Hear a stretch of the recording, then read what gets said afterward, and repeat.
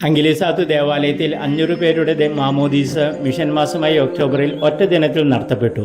ഈ ഇടവക ഡിസ്ട്രിക്റ്റിന്റെ ജൂബിലി ആഘോഷവേളയിൽ ഞങ്ങളുടെ രൂപതയിലെ 2 മെത്രാന്മാരുടെയും ആശീർവാദത്തോടെയാണ് ഈ തിരുക്കർമ്മങ്ങൾ നടത്തപ്പെട്ടത്.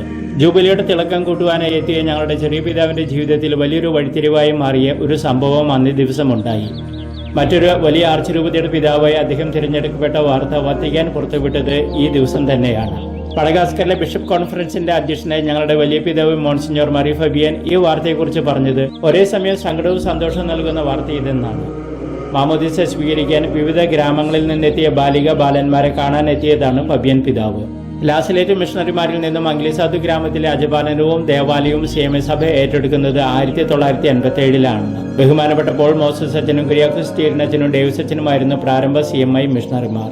2000-ൽ ചീരനച്ഛൻ വിരമിച്ചപ്പോൾ അങ്കിലിസാത്തുവിന്റെ ചുമതല എനിക്കായി മാറി. അതുവരെ ഈ പ്രദേശങ്ങളിൽ അങ്കിലിസാത്തുവിന് ഉപപള്ളികൾ ഉണ്ടായിരുന്നില്ല. തുടർന്നാണ് അങ്കിലിസാത്തുവിന് ചുറ്റുമുള്ള ഗ്രാമങ്ങളിൽ ഞങ്ങൾ സുവിശേഷ പ്രഘോഷണം വ്യാപിപ്പിക്കുന്നതും പള്ളികളും പള്ളിക്കൂടങ്ങളും തുടങ്ങുന്നതും.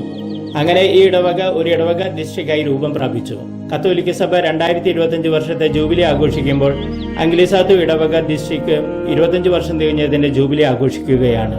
ഈ അവസരത്തിൽ ഇവിടെ ഇടവക വികാരിമാരായി സേവനം ചെയ്ത ചീരനച്ഛനെയും ജോയിച്ചനെയും തെക്കൂടനച്ഛനെയും റിൻസനച്ഛനെയും പ്രത്യേകം സ്മരിക്കുന്നു.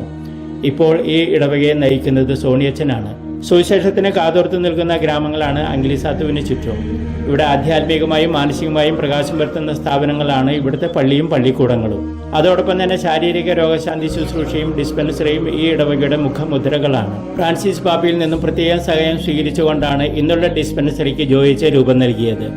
കേരളത്തിൽ നിന്നുള്ള SD സന്യാസ സഭയിലെ സന്യാസിനികളും ഇവിടെ സേവനം ചെയ്യുന്നുണ്ട്. ഇന്ന് സോണിയച്ചന്റെ നേതൃത്വത്തിൽ നടക്കുന്ന ആധ്യാത്മിക മാനസിക രോഗി ശുശ്രൂഷ തലങ്ങളിൽ നടത്തപ്പെടുന്ന സേവനങ്ങൾക്ക് കരുത്തായി മാറി ജെറിൻ തോട്ടിയാനച്ചനും ഒപ്പമുണ്ട്. 25 വർഷങ്ങൾക്ക് മുൻപ് ഒരൊറ്റ ഗ്രാമത്തിൽ മാത്രം പള്ളിയുണ്ടായിരുന്ന അങ്കിലിസാത്തു ഇടവക അനേകം ഗ്രാമപള്ളികൾക്ക് ജന്മം നൽകി തള്ളപ്പള്ളിയായി തീർന്നിരിക്കുന്നു. ഇനി വരുന്ന വർഷങ്ങളിലും കൂടുതൽ കുഞ്ഞു സമൂഹങ്ങൾക്ക് ജന്മം നൽകി ചുറ്റുമുള്ള അനേകം ഗ്രാമങ്ങളിൽ ആധ്യാത്മിക ഭൗതിക തലങ്ങളിൽ വെളിച്ചം പകരട്ടെ എന്ന് നമുക്ക് ആശംസിക്കാം, പ്രാർത്ഥിക്കാം. മഡഗാസ്കറിൽ നിന്നും ഫാദർ ജോൺസൺ തളിയത്ത്.